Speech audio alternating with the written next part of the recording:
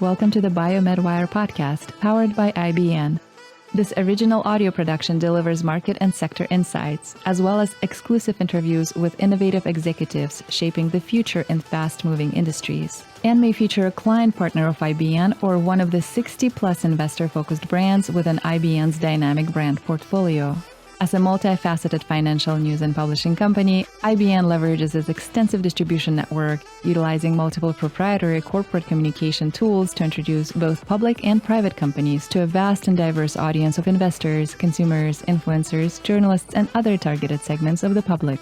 IBN may have received compensation to produce this audio content. Please be sure to read IBN's entire disclaimers for full disclosures. Now sit back, relax, and enjoy the next revelatory episode of IBN's BioMedWire podcast. Hi, and welcome to another exciting show with me, Carmel Fisher. If you remember, just a few weeks back, we sat down with Dr. Maria Maccecchini, the CEO of Annovis Bio, and we were looking forward to uncovering some latest FDA clearances that were very pertinent to the work they are doing. So today is that day when we bring you the latest updates and developments on Annovis Bio with the ticker ANVS. With me, Dr. Maria Maccecchini. As I mentioned, welcome. Well, thank you very much for having me, and thanks for being interested in what the FDA said.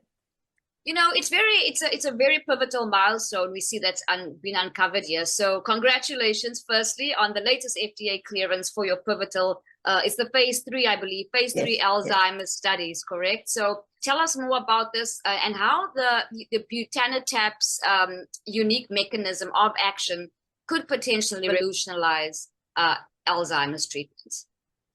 Well, yes. So the reason we're so happy is, we do studies. And I think to date, we have done 4 studies, small studies in Alzheimer's. And now the FDA gave us clearance to do the very last study, which is really a confirmation of the study we just finished. And once we have that confirmation, we can actually then go and ask to be on the market.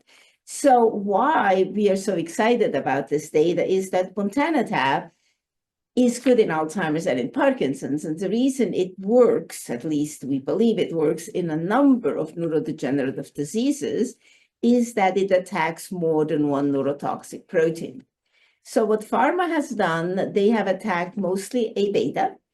And if you attack plaques, A beta makes plaques, you get a small response. If you however, attack more than one toxic protein. And in the brain of an Alzheimer patient, there are at least 4 toxic proteins, not just A beta, but A beta, tau, alpha synuclein, TDP-43. If you attack them all, you have a better outcome. And in fact, our limited data in the 3-month study we just did shows that our drug works a lot better than the existing drugs on the market. I have to say it's limited. The FDA wants us to repeat it. And it's a short study, and we want to repeat it in a longer study. Awesome. And perhaps you've touched on this, but how does this new development help you to differentiate from previous approaches to what you've been doing? Well, we have differentiated ourselves with our mechanism of action now for over 10 years from other approaches. So the question is not, is it different or not? The question is, does it work while being different? And the exciting thing is that the FDA at least believes it's worth reproducing the data we have to prove that it works. Now, the FDA always wants you to have 2 studies. So this is a confirmation of the previous study. Wonderful. Now, the FDA's alignment on this developmental path, including both short-term and long-term efficacy studies, does seem to offer multiple routes to success. Is this flexibility in your approach going to enhance Annovis Bio's chances of bringing buntanetap to market efficiently? Yes and no, okay?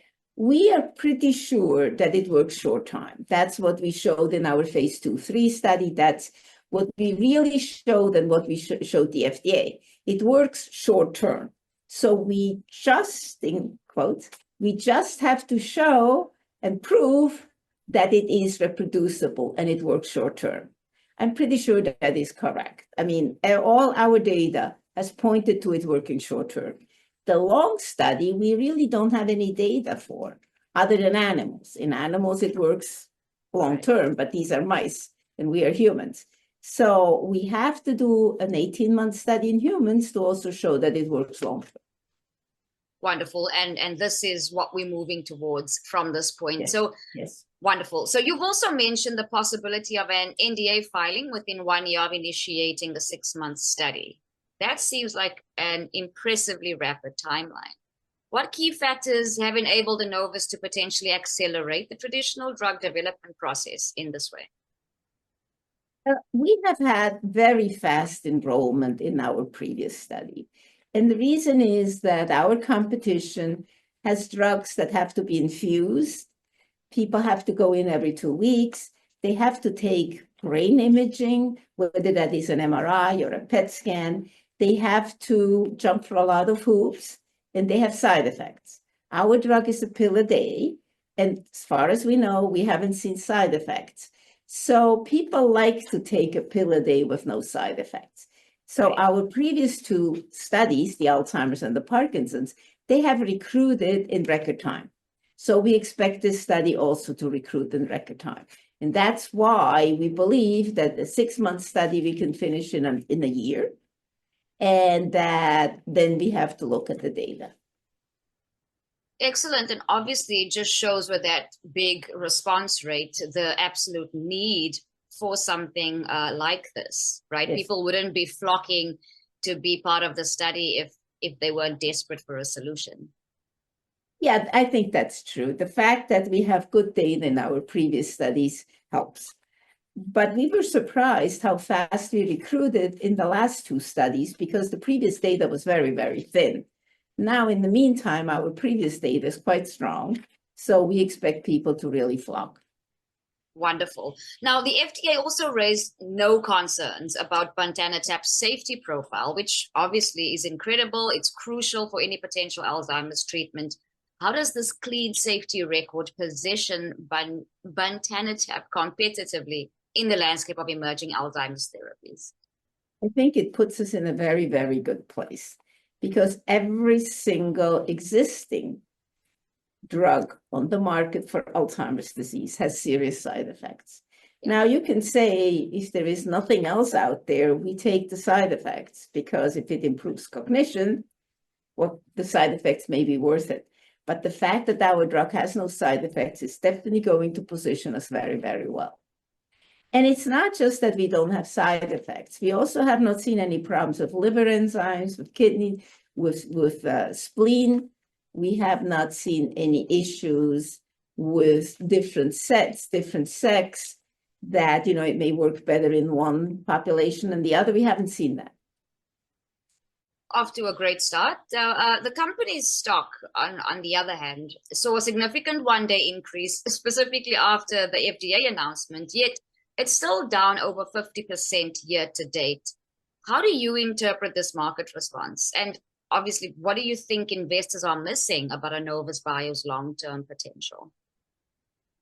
Yeah, that is one of the sad parts of our company. We are in the perfect spot for being shorted. See, by the time a company has been shorted down to 30 cents, nobody wants to short it any further. There's nowhere to go. By the time a company has 300 million in the bank and is worth a billion, you need a lot of money to short it. Whereas we're only worth 100 million. We don't have that many shares, and we are in the $7, $8, $9 range. We are perfect for shorting. And I think it's very, very sad that people do that. I know they make money. They even brag on StockWits that they make money on shorting us. But if you really think about the fact that we do need money, we need money to do the studies we want to do. And this drug could help their grandmothers. It could help their grandfathers. And they're shorting it because they don't understand how important it is to develop novel drugs for a disease for which there is nothing. So one of these days we'll break out of the shorting club, but right now that's where we are. Understood. And hopefully more education is pushed out to help them understand the importance of this. But I understand they make money. And that's the bottom line for them, right? Yes. Hint, hint, bottom line. I get it. nonetheless, you guys are doing fantastic work. Now, buntanetap is reported to target multiple neurodegenerative diseases, including Alzheimer's, Parkinson's. We've mentioned this before. How does this multi-target approach reflect your vision for the future of treating complex neurological disorders? Well, one of the nice things that has happened in the area of Alzheimer's and Parkinson's disease is that the world is coming to our view of the brain. Now, we have had this view for over 10 years, but nobody believed it. Well, that's not true. The big KOLs, the big companies didn't believe it because they were targeting one specific protein. But if you go now to a scientific meeting, more and more people are starting to talk about the fact that there are mixed pathologies. Mixed pathologies used to be thought as a sideline. You have Alzheimer's, you have Parkinson's, you've got this small group in here that's a mixed pathology. It's not true. Now the world is coming to realize that you have Alzheimer's and Parkinson's, and they overlap. So neurodegeneration is not a disease or a second disease or a third disease. It's a big, big, big aggregation of all these overlapping diseases, including ALS, including Lewy body dementia, including frontotemporal dementia, including Huntington's. They're not the same, but they all overlap. And which means that if you look at the brain of a whole, you have to influence the brain and not one single protein. And that is really in our advantage. The drug we have does it anyway, but the fact that the world is slowly recognizing that there is no such thing as clean Alzheimer's and clean Parkinson's, it's all mixed pathology. Every single neurodegenerative disease has some kind of mixed pathology. And that, I think, was going to make it much, much easier for us to be recognized.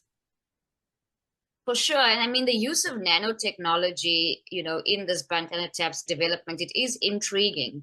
Maybe you've touched on this, but elaborate a little closer for us and the viewers on the technology and how this allows you to target multiple toxic proteins at the same time, as you mentioned, and what are the implications this might have for future drug development? Well, we were lucky. I mean, our drug does it. I didn't really do much. It only took me 8 years to figure out how it does it. But because only 8 years. no drug does that, as far as we know, okay? Because people weren't looking at it. People were looking at one drug doing one very specific thing. And here we have a drug that attacks tau, attacks alpha-synuclein, attacks A-beta, it attacks Huntington's. And you go, how does it do that? But it turns out that there is a common mechanism among all these proteins. And the common mechanism is their translation. That is how they are made. And what our drug does, it affects the switch of on-off for them to be made. So if I turn off one, it turns them all off. If I turn on one, it turns them all on. And that is really the beauty of this drug, that somehow nature made by itself, because it does inhibit all neurotoxic aggregating proteins, every single one of them. All the ones I told you are in these mixed pathologies. And by doing so, it actually reestablishes the health and the homeostasis of the brain. And that's what's so important. Very, very intriguing and exciting at the same time. Add to that is us looking ahead to the trial initiation early next year. What are you most excited about in terms of buntanetap's potential impact on patients' lives? And how do you envision the future of Alzheimer's treatment if these phase 3 trials are successful? As far as we know, in the small study we have the absolute best data of any drug. But it's a small study, okay? We have to repeat in the bigger study. What it does, it improves cognition 3 times more than Aricept, which is the standard of care. Now, improving cognition by 6 points is actually a remarkable improvement. People think that 2 points, you know this. 6 points is a real improvement. If we can reproduce that data, that we can increase cognition by 6 points in the population we are treating, that's an enormous improvement. Wow. And on top of that, the long-term effect, which we don't know, we would then also see if it still does that at 18 months. Incredible. Any closing remarks before we close this off? I think we've gotten all the latest, most important developments to this point. Well, I'm really looking forward to starting the second study and confirm the data, because as you noticed, I keep hedging in our study. The FDA, the reason the FDA wants 2 studies is that in our study, very often is not enough. You try to reproduce it and it's not. Now, I'm 100% sure it will be reproducible, but you have to deal with the fact that some studies are not. So if we can reproduce it and have an NDA and get it on the market, I really think it's going to help patients. In the meantime, then we can actually look if it works long-term, and then it would help patients even more. And then I'm really looking forward to doing the same for Parkinson's. Wonderful. Really exciting. This was Dr. Maria Maccecchini with me, Carmel Fisher. Stay tuned for more. They are on the NYSE as ANVS. The BioMedWire Podcast is an original content production powered by IBN, a multifaceted financial news and publishing company that delivers next-generation corporate communication solutions. Utilizing proprietary corporate communication tools such as news aggregation and syndication, social communication, and brand awareness techniques, among others, IBN introduces both public and private companies to diverse audiences to enhance reach and recognition. IBN may receive compensation for services and solutions provided to its client partners. You should assume that the owners, officers, and directors of IBN or financial analysts mentioned in this production may hold a position in and may intend to trade the securities in their own accounts. This production is not an offer or recommendation to buy or sell any securities that may be mentioned in this production. The information in this broadcast is presented solely for informative purposes and is not intended to be or should it be construed as investment advice. As in all investments, investment in the featured companies carries inherent investment risk. Listeners should review the companies thoroughly with a registered investment advisor or registered stockbroker. This production by IBN is not purported to be a complete study of the featured company or other companies mentioned. Information used in statements of fact have been obtained from featured companies and other sources but not verified nor guaranteed by IBN as to completeness and accuracy. Such information is subject to change without notice. Please see IBN's full disclaimers and disclosures at www.ibn.fm/disclaimer. Music in this episode is by Infraction. For more, visit inaudio.org.